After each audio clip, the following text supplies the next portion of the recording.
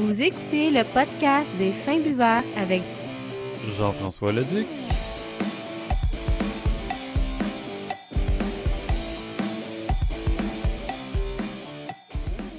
Bonjour tout le monde, bienvenue à ce 129e épisode du podcast des Fins Buveurs. Je me nomme Jean-François Leduc.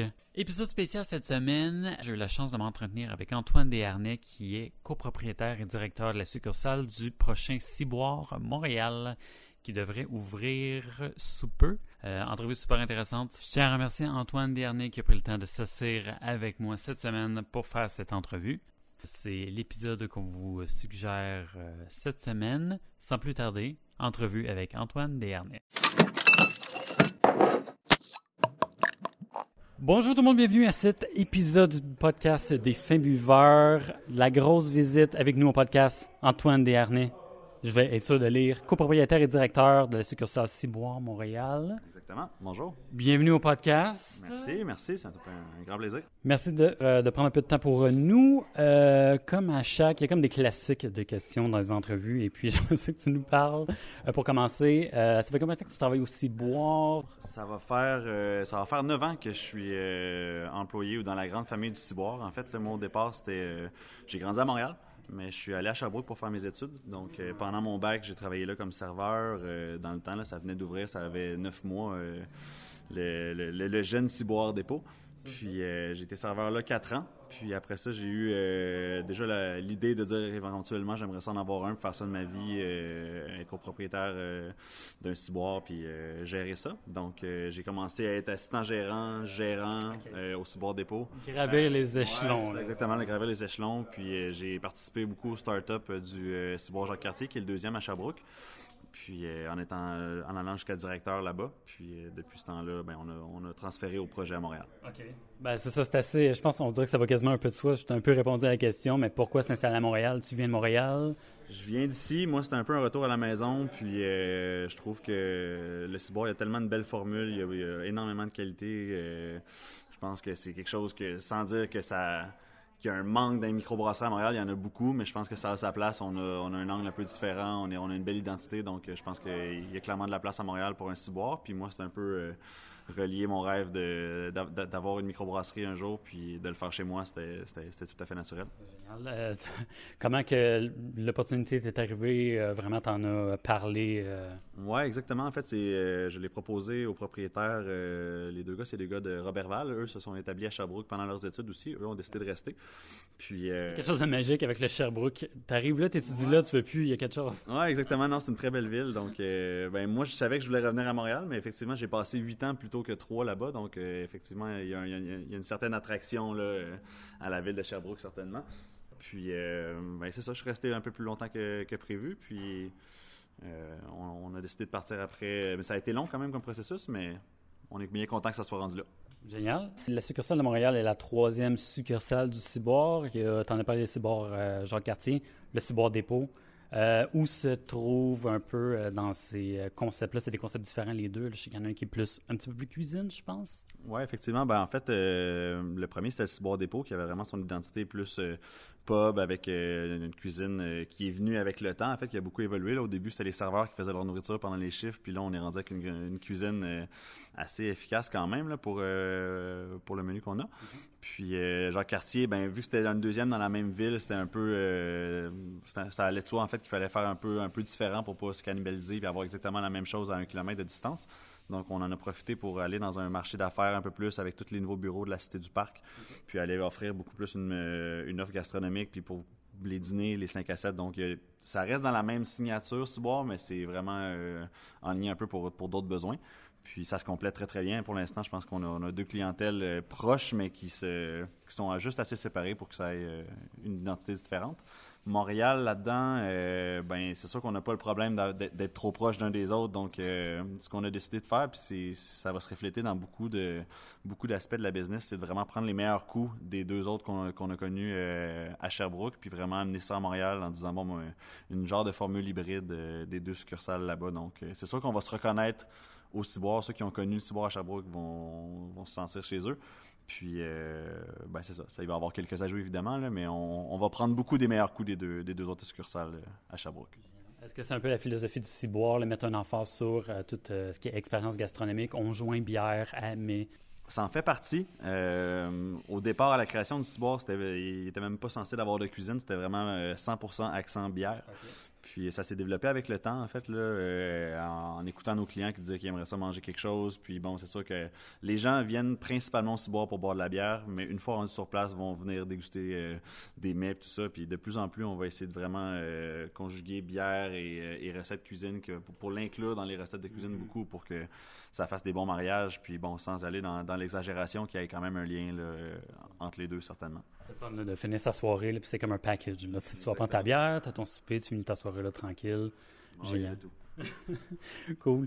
Je me demandais quel genre de type de menu qu'on pourrait avoir au Ciboire Montréal. Est-ce qu'on est assez bistrot? C'est une réponse qui va revenir souvent. Ça va ressembler vraiment un peu à un amalgame des meilleurs coups des deux succursales. Donc, c'est sûr que bon, je peux vous dire déjà que le fish and chip du dépôt va être présent. Puis, c'est ce que j'ai entendu parler, le faux y goûter. Oui, effectivement, on est très fiers. Là. Il y a eu beaucoup de recherches et développements qui se sont faits sur cette recette-là. Puis bon, je pense qu'on est arrivé à quelque chose de très, très bon.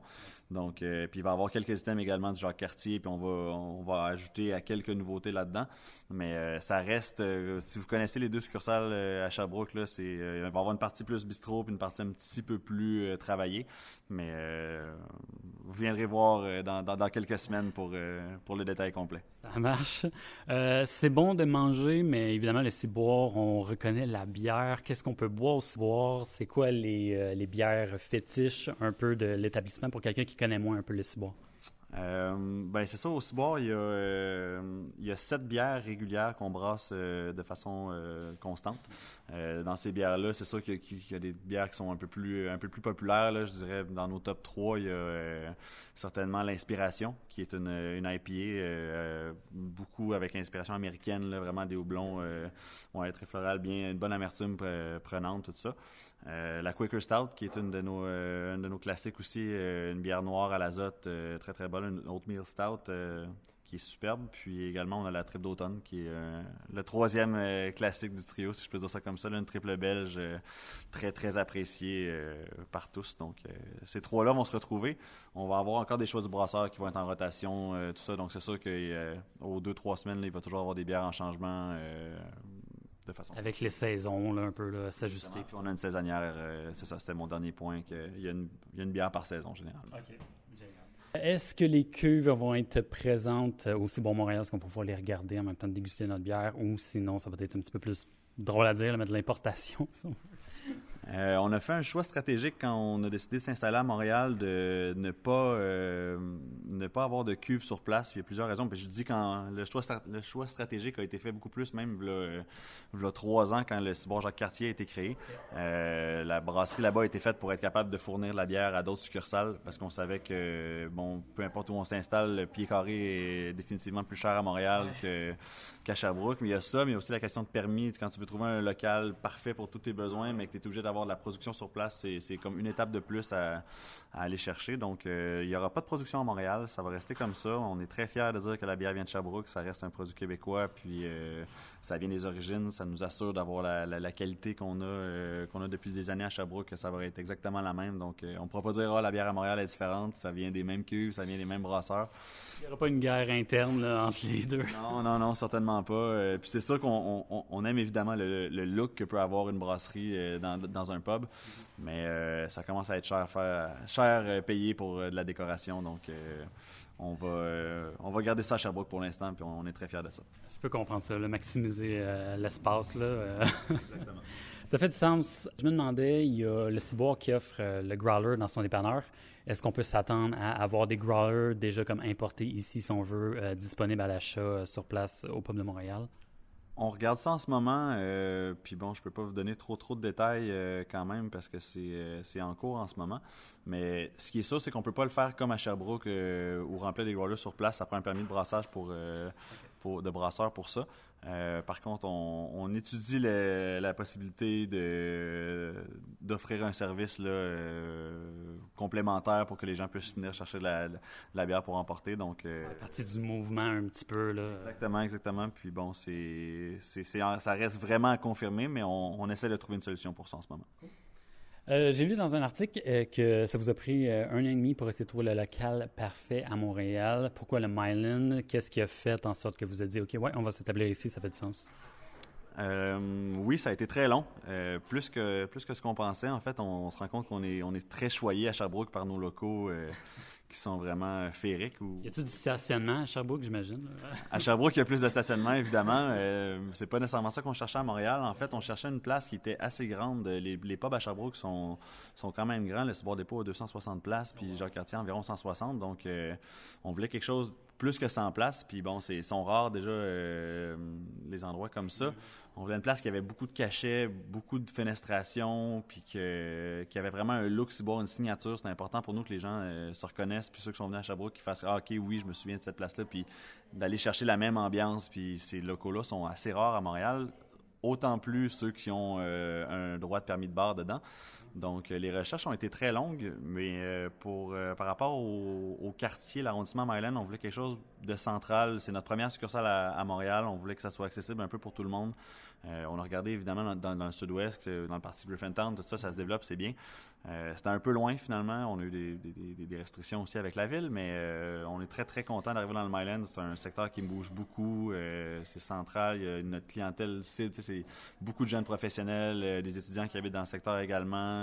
Ça bouge. On n'est pas trop loin du Dieu du ciel, qui est déjà un pôle d'attraction pour la bière. Donc, on est super, super content d'avoir trouvé vraiment la formule parfaite pour nous là, après 1 an et demi. Métro Laurier, juste là, en plus. Exactement. C'est accessible. Puis bon, il y a un parc devant, il y a une super belle caserne en face qui va vraiment donner une belle vue là, aux gens qui vont venir prendre une bière sur place. C'est vrai. Moi, j'aimerais parler c'est un de mes sujets qui m'intéresse quasiment le plus. C'est les heures d'ouverture, parce que le microbrasserie ouvre à 3 heures habituellement. Est-ce que c'est assez... comment que je pourrais dire ça, assez familial peut-être pour pouvoir venir ici dîner entre collègues de travail? Est-ce qu'on peut s'attendre que ça soit ouvert un petit peu plus tôt ou ça va suivre un peu la... Oui, en fait, nous, on l'a toujours fait à Sherbrooke. On est ouvert 7 jours sur 7, de midi à 3 heures du matin. Donc, c'est une formule qu'on va continuer à garder. Je pense que c'est très important pour le sentiment d'appartenance un peu, que quelqu'un puisse venir dans la journée, prendre un café, pas nécessairement juste venir avec des chums le soir. C'est vraiment bien de pouvoir venir profiter de l'endroit puis se sentir chez soi un peu, puis après ça, revenir en soirée pour prendre une bière. Donc, oui, on va faire des dîners. Oui, on va être ouvert, on n'a pas l'heure exacte, là, ça peut peut-être être 11h30, ça va peut-être être midi, mais à tous les jours. Donc, ça va être possible de venir manger sur l'heure du dîner, ouvert tout l'après-midi. Puis... Je vais peut-être oublier mon lunch parce que je travaille pas trop loin. Donc, Ça va me faire plaisir, ça va me faire plaisir. On fera pas de menu midi, menu du jour, des choses comme ça, comme au Jacques-Cartier, parce que c'est une formule un peu différente, un peu plus restaurant. Mais il va y avoir assez de choix là, pour être capable d'être content de venir dîner ici 7 jours sur 7. OK, j'ai vraiment hâte. Bon! Est-ce qu'il y a des événements qui sont faits au Cyborg qui vont être repris un peu à Montréal? Je ne sais pas s'il y a beaucoup de tap takeover là, qu'on appelle à Sherbrooke. La plupart de nos événements qu'on a à Sherbrooke ont été créés avec le temps selon la succursale. C'est-à-dire, il va y avoir, quand je pense... Par exemple, au Grand Cru qu'on fait au Cyborg Dépôt depuis des années, qui vient d'ailleurs samedi prochain, le 22 avril. On va les faire au fur et à mesure. Je pense que dans un start-up, l'important, c'est vraiment de stabiliser les opérations, s'assurer que le staff soit bien formé, s'assurer que tout roule bien. C'est une nouvelle réalité à Montréal, c'est une nouvelle ville. Donc, c'est difficile à dire. Notre horaire d'événement n'est pas complété en ce moment. Ça va venir, on va en faire, ça c'est certain, mais je peux pas dire qu'est-ce qu'on va faire exactement pour l'instant. Spécial fête des mères, là, ça s'en vient. Hein? Ah oui, on va mettre le paquet. Nice. Je vois que les constructions commencent. Est-ce qu'on parle d'une terrasse? Est-ce que j'ose dire salle de spectacle? On est en ce moment, oui, ça avance bien. On est toujours on track pour la construction. En fait, il nous reste la finalité de la chose, là, mais on n'est pas trop en retard pour l'instant. On pense toujours début mai pour l'ouverture. Terrasse, on est en processus avec la ville. C'est quelque chose qu'on aimerait beaucoup faire. C'est pas nécessairement évident à Montréal, mais bon, je pense qu'il y a beaucoup de volonté en même temps. Là, ben, c'est beaucoup de paperasse, donc je suis pas trop surpris de ça, mais Il va en avoir une éventuellement, il reste à voir quand. Donc, c'est pas mal la seule variable qui reste à déterminer. On va avoir une salle privée d'environ 60-70 personnes, là, donc qui va pouvoir être réservable pour des événements ou pour des conférences ou des réunions ou même des choses comme ça. Ou des podcasts, clin d'œil, non? Des podcasts, si, au besoin, oui, effectivement. Si ça se développe avec des grosses entrevues, certainement. On va présenter le hockey dans cette salle-là, donc il va y avoir les matchs. Je sais pas, on espère que les Canadiens sont encore en série pour notre ouverture, mais bon, sinon ça ira l'an prochain. On leur souhaite bonne chance. On leur souhaite bonne chance, effectivement. J'imagine aussi, ça serait le fun de faire une terrasse sur le toit, mais j'imagine, du point de vue réglementation de la ville, c'est un petit peu plus compliqué. Ouais, ça serait plus compliqué pour les règlements, effectivement. Puis en plus, qu'il y a un autre commerce en haut de nous ici, qui est un yoga, qui est très bien d'ailleurs. Non, je pense pas que c'est dans les plans de faire une terrasse sur le toit. Pour l'instant, on va s'occuper un peu plus de ce qui se passe en bas, à l'intérieur de nos murs, puis... la terrasse au toit, ça sera pour peut-être une prochaine succursale. Une petite expansion tranquille comme ça. Point de vue, on a parlé un peu des capacités de recevoir les personnes à Sherbrooke. À Montréal, on parle d'environ combien de personnes? On vise combien de personnes environ? On vise environ 175 à 190 personnes, donc c'est assez grand. On est très contents. Là, c'est vraiment, comme je disais, c'est un de nos critères qu'on regardait dans nos recherches de locaux. Puis on est très content d'avoir une bonne capacité comme ça, qui est encore une fois entre les deux succursales des deux ciboires. Puis on ne pourrait pas être plus heureux. Très cool. Bon, ça tire à sa fin, fait que c'est un peu les questions cheesy, mais Antoine, est-ce que tu es capable de nous donner 3 raisons de venir au ciboire? On a hâte d'aller au ciboire pour faire quoi?